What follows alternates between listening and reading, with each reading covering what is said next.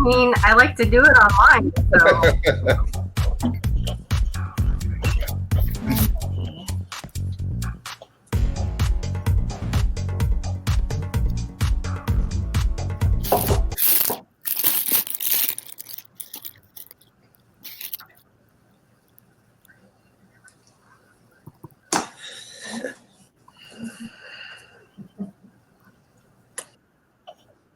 Yep.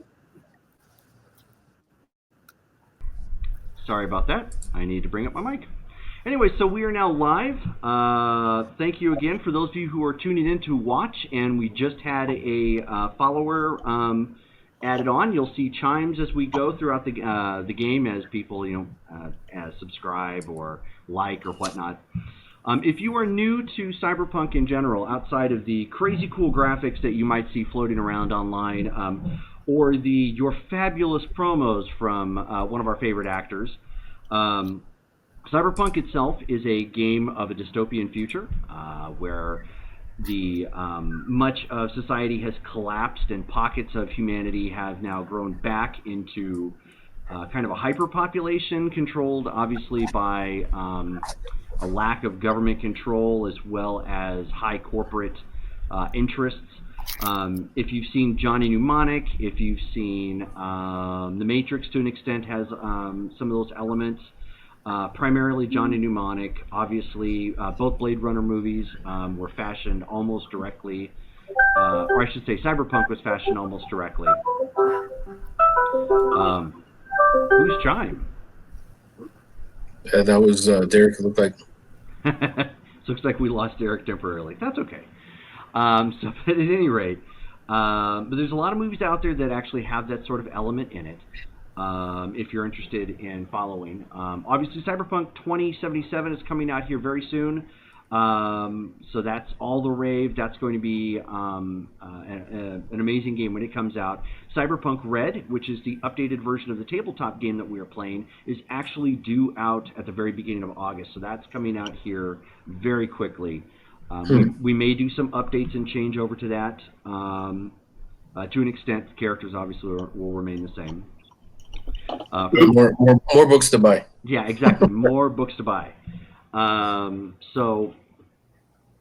Without further ado then, let me go ahead and introduce our players, starting from upper left. Missy, would you like to introduce yourself and your character? Sure. My name's Missy. I am a med techie. I am on the run for some reasons. And I think that's all I want to share right now. Good answer.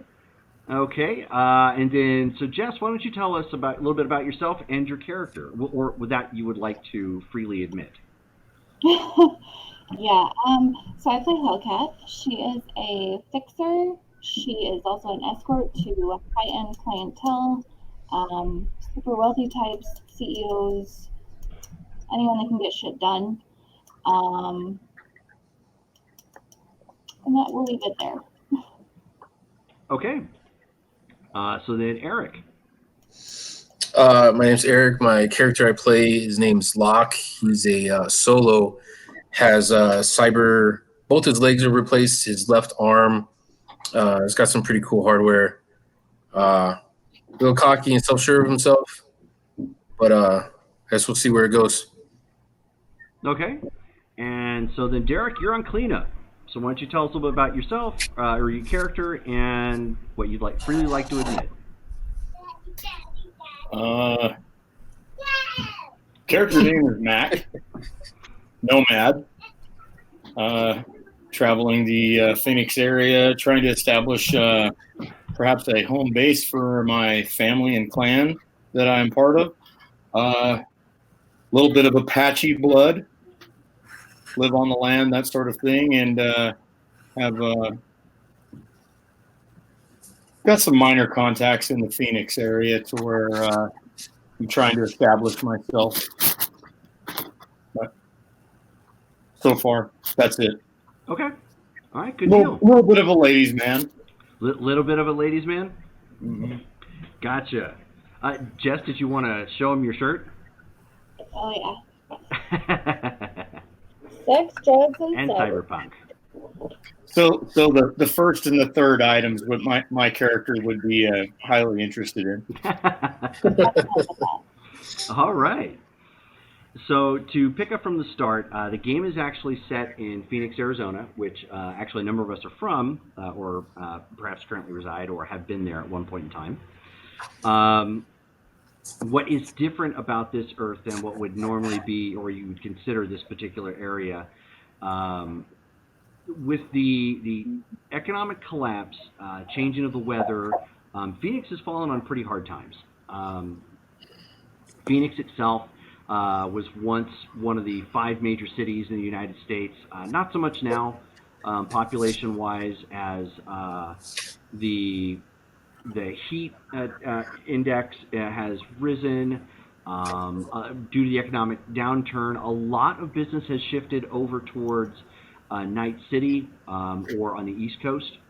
And then as far as delivery services or anything that might be sneaking up from the southern border, because of the lower priority of Arizona in general, a lot of that has been curtailed, as it's just more beneficial for people trying to smuggle across the border or just flat out do trade to go up straight through California, because Los Angeles and Night City are not that far away, relatively speaking.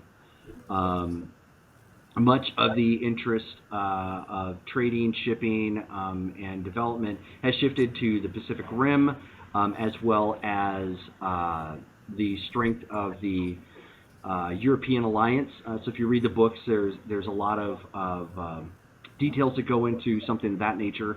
We're going to be focusing primarily on Phoenix, Arizona, and the United States just in general. So before we begin, or I should say as we begin, you guys have all been given a little bit of detail on the characters as leading up to where you're at, and to what's going to be going forward. We're going to go ahead and start off with Missy. You have just awoken recently, and you had a pending message from somebody you had not expected to hear from. That's right, I did. So there is a voicemail there waiting for you. Okay, I'm going to go ahead and check the voicemail. Okay.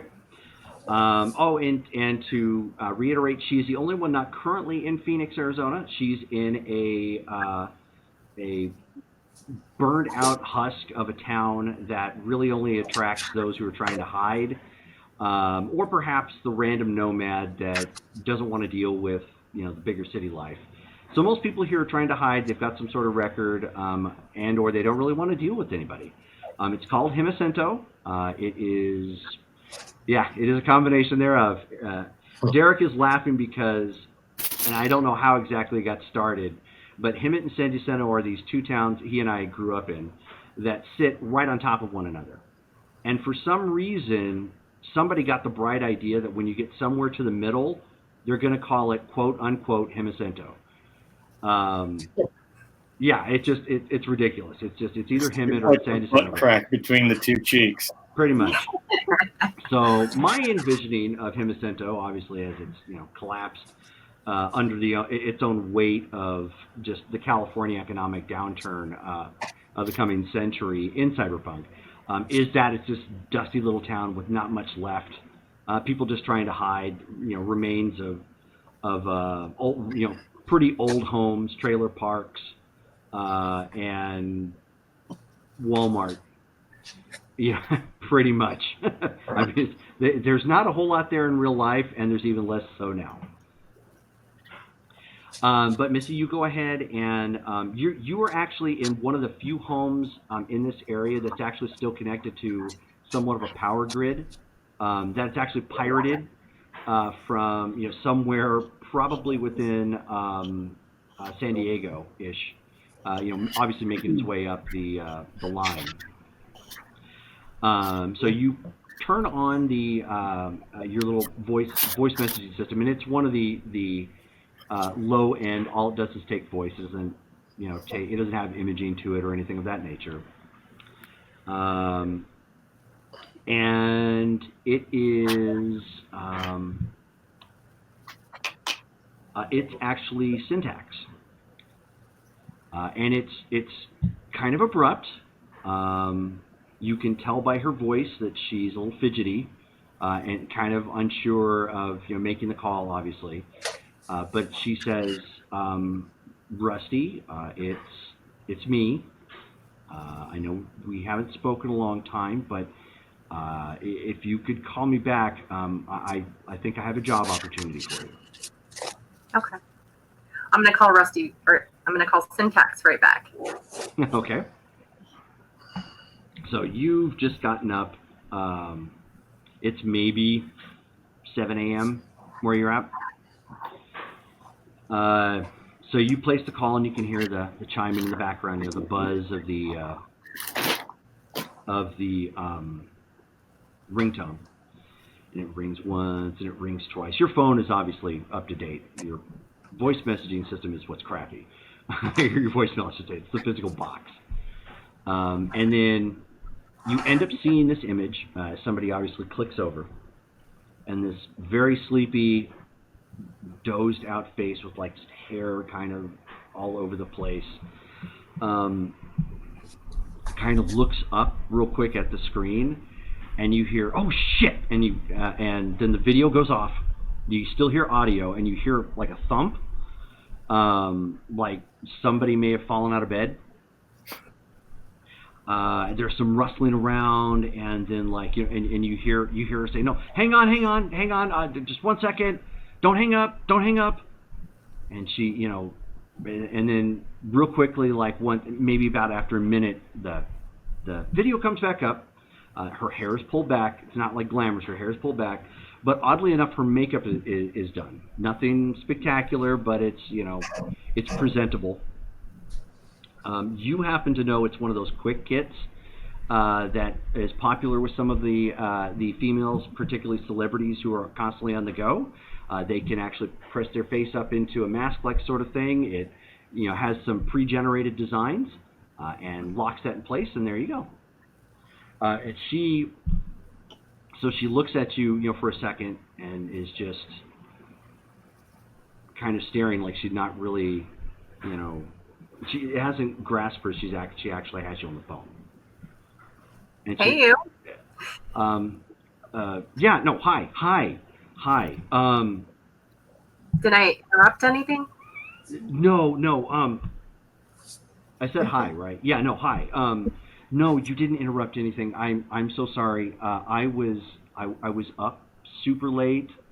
I had some job that I was working a lot of detail to, and I called you and then crashed, and then I guess so I'm talking to you now, and I have bedhead. That's all right. Well, thanks for thinking of me. Yeah, no. Okay, so I should probably get to the details. And she's just totally flustered and kind of, going back and forth. Yeah, no. Okay, hang on a second. Let me start from the top. I am so sorry. Sorry for what? How things ended. I knew we were taking a break. We both agreed on it.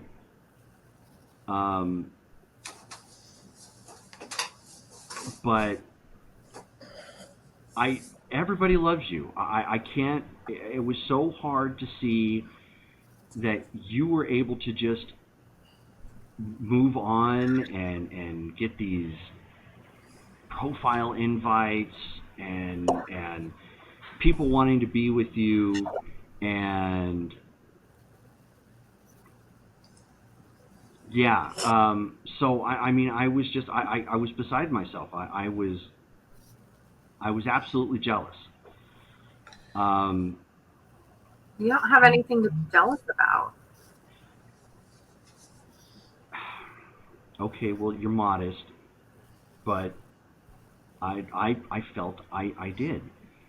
Um, it was so hard seeing that you could just move on, that I got so frustrated with myself. I mean, I got this profile of this guy who had like a pull utility on his junk, and it would fire up. I mean, who does that?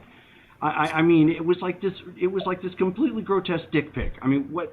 Just, and that's all I got. It seems like you always had friends. You always had people that liked you, or that cared about you. I I'm so sorry you felt that way. You know, I didn't mean anything by anything ending, and moving on wasn't as easy as you may have thought. So, but could you forward me that picture, because that sounds really interesting. um, I kind of deleted that a long time ago. Understandable. I mean, sorry, I didn't mean to. No. And I should have been there. I was so frustrated with myself. I should have been there when whatever happened with your neighbor happened. I was so embarrassed, and I felt like if I just showed up, it would be bad, and it wouldn't make any sense. And I figured when I finally tracked you down and you were here, that something bad had happened, and I saw some wanted ads at one point in time, and I was really scared, and I just listen. A lot of things have happened, and staying here was probably the best thing you could have done to keep yourself safe, and that's all I really care about. So thank you, and thank you for reaching out to me. I would rather really anyone else get hurt but you. So let's just leave it at that. You really mean that? I do.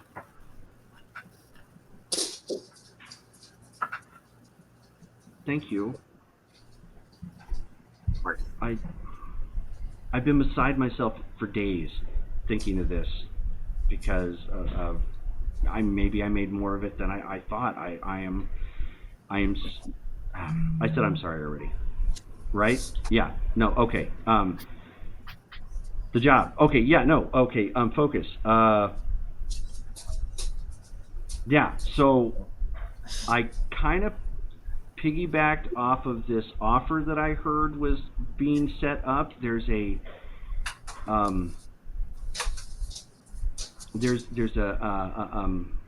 bar that's here in town. It's kind of common with folks looking for work, and I'm 100% positive they're gonna need somebody with your skills. Okay. What kind of skills specifically? What are we looking at? Do you have an idea? Your medical expertise. I mean, I can only do so much with like software, so I'm just kind of working as a behind the scenes person. But I kind of figured if you were in my old hometown, that something was probably wrong, and that you could use the money. I definitely can. Thank you for reaching out. Do you know what? I guess what we're looking at is this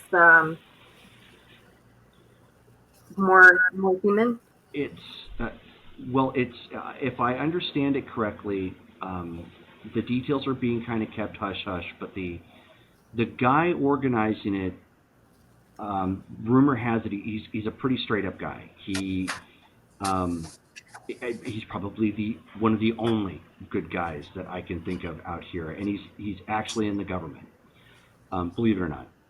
A good guy in the government? Right. No, see, yeah. Like, anyways, but yeah, he tends to put things together on the down low, and I guess he has his own agenda, so maybe that makes it a little shady. But he's always been a straight up guy, and the girl that I kind of know, who is one of his contacts, is probably going to be meeting him. And I know he pays. It's not regular work, but he pays real well. Okay. What's this And guy? what's that? What's this guy's name, if you don't mind me asking? He's District Attorney Asher Ravenwood. Okay. So A district attorney, though. yeah, see, And on the up and up? yeah, everything I found out so far, and you know me, I'm going to poke around. And No, I totally trust you. I'm sorry. I don't mean to offend you by my skepticism. I got to be careful. no, but why? I mean, I figured you left because of something happened with that goob that we used to work with. But I mean, I don't know. It didn't sound like it. Just sounded weird. There would, and maybe that's my bad. I probably should have looked into it. But how did that guy die in your apartment?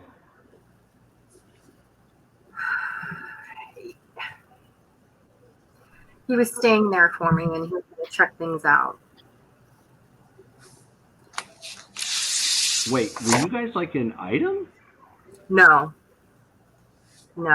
So not at all. he was legitimately just like, wow. He was really just wrong place, wrong time. And honestly, if he wouldn't have been there, I would have. And I really think that was meant for me. Oh man, Rusty, I am so sorry. Thank you. I really feel like I should have been there to help, but I mean, Honestly, I wasn't over myself. Honestly, there's nothing you could have done. I've been on the run. My bank account's been frozen. If I can be perfectly honest with you, Oh shit! How did that happen? Does this guy have like that kind of pull? Because I thought he was just like a Night City local. No. There's something happened with that creep that we worked with. Okay. And I've kind of been on the run since. So I'd rather not involve you any more than I have to, but I would really appreciate any kind of jobs or the money that you're able to offer. No, and yeah, no.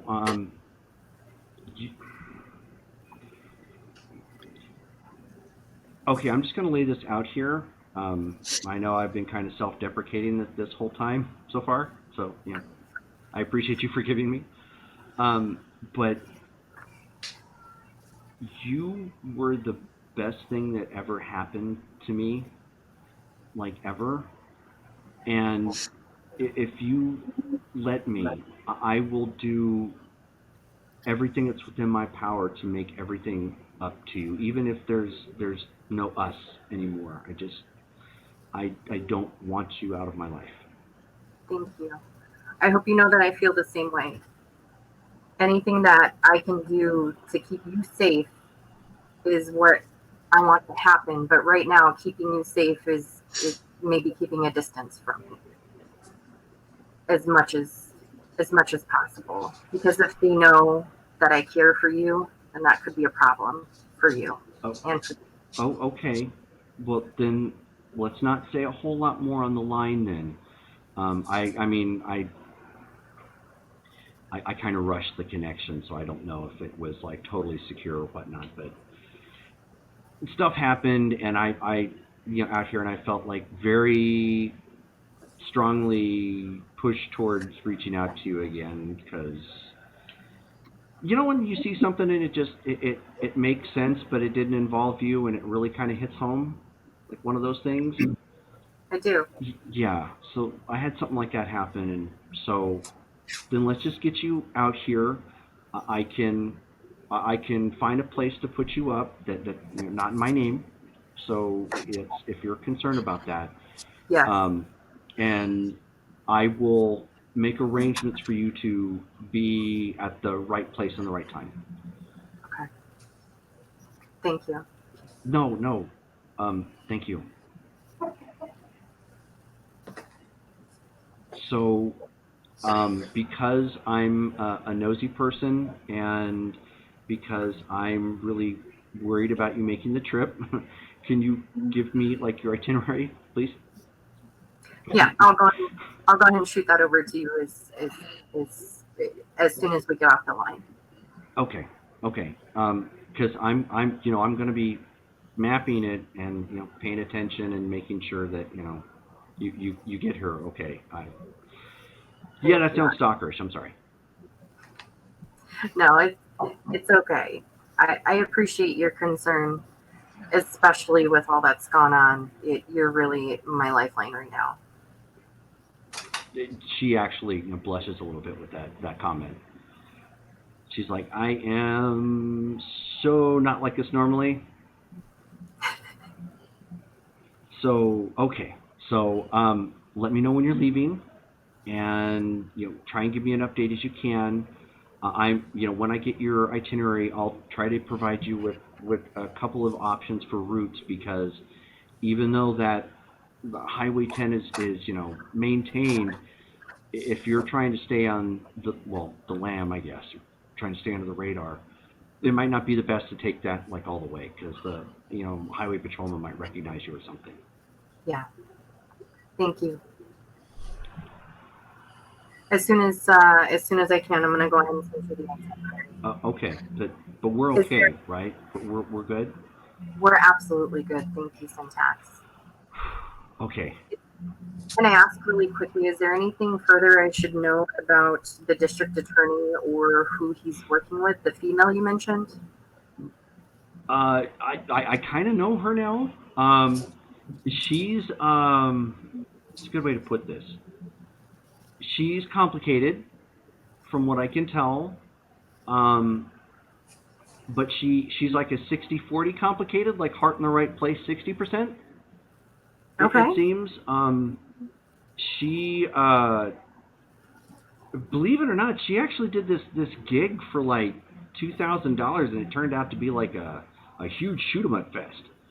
So she's got big balls, Okay. and I guess I don't know. I don't think it would be stupidity because she really seems to stick by the people she's helping. But maybe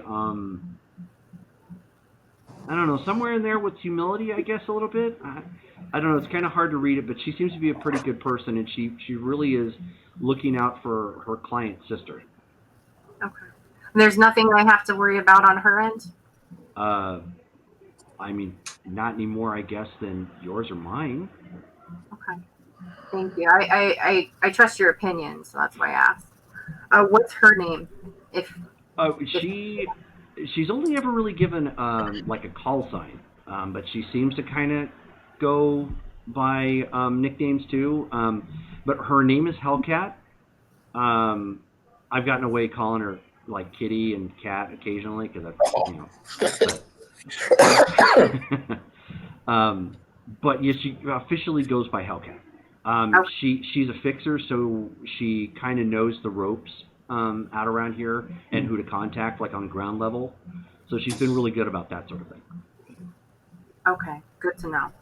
Thank you. So I'll see you soon. I will see you soon. Okay. You're gonna call, right? Because I'm gonna be nervous like the whole time. I will call. I promise. Okay. Okay. So I'm gonna hang up now before I like start crying and stuff, and it's gonna severely fuck up my makeup. So I will see you soon. I will see you soon. Thank you, Syntax. Thank you. And she disconnects. I go ahead and text Syntax my itinerary, Okay. like a rough draft. Gotcha. So she, now that she has the cell phone number you're operating with, she fires back a couple of ideas route-wise that will take you around certain parts of the I-10, heading back just to be on the safe side. Obviously, one of the ones she directs you to is to get around the Blythe border. so that way you don't have to go through customs and whatnot, and obviously avoid cameras and any potential police encounter. The one thing she does warn, though, is that there have been rumors of hostile nomad gangs throughout the deserts. So just obviously be on the safe side.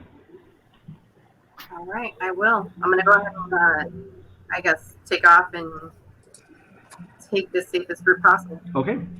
So given the shape of your vehicle at this point in time, it is a bit laborious to get up to top speed, and you top out at almost 40 miles an hour, which invariably makes your trip much longer than necessary. So it's going to take you about 8 hours to make that trip. Okay. Okay. So Derek,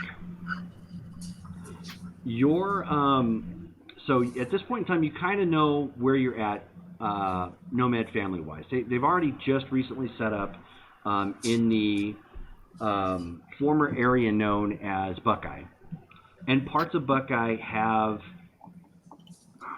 Well, I mean, you've traveled quite a bit, especially coming from California out to here. There are a few spots here that were that could probably still be farmed. Obviously, not for a large-scale community, but definitely something that would help offset, provisions and whatnot. It would make them stretch and not make you so reliant on kibble. Right. So that's one of the things that they're looking at. One of the other concerns that they have is that particular territory sits right on the other side of the 10 freeway, and there is a pretty predominant booster gang over there called the Knights Call.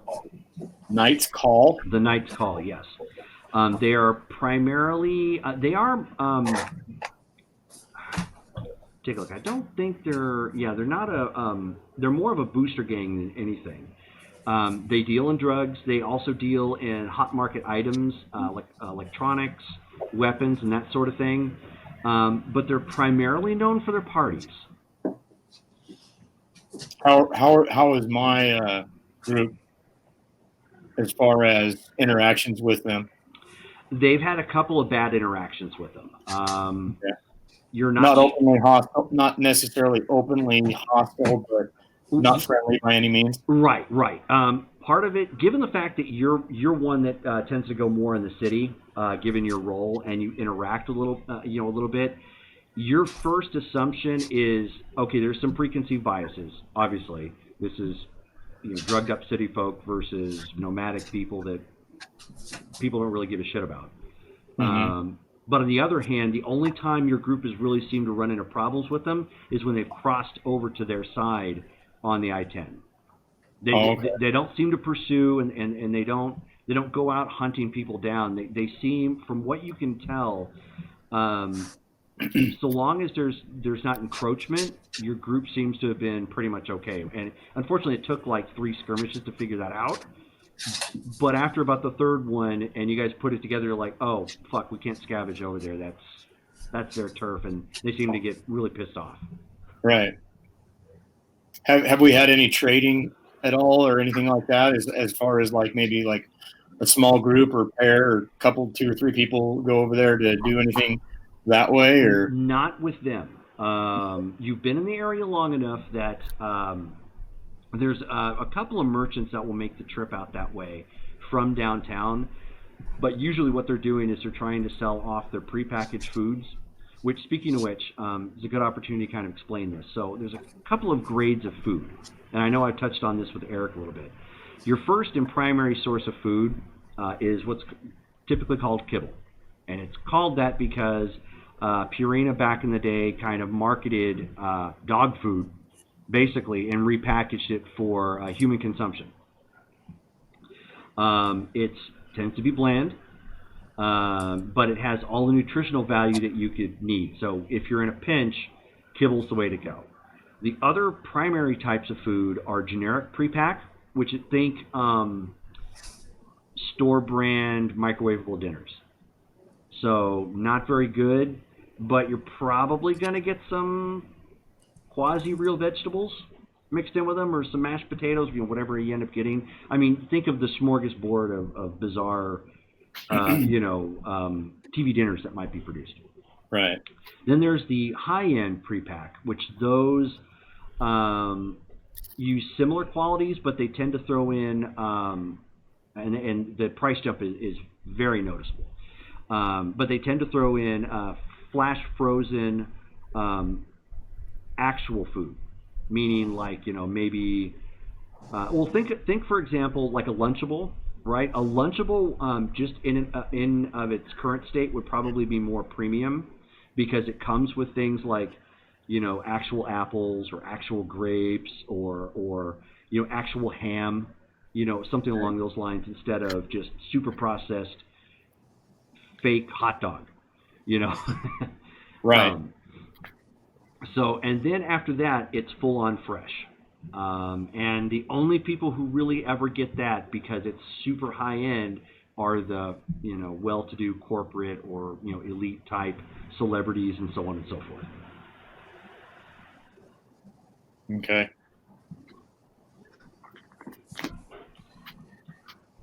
So where does that put me at right now? You said I was in town, right? Hang on one second. Our feed is apparently frozen. So we've got the audio, but everything's all froze up. 1 second. I'm going to restart that feed.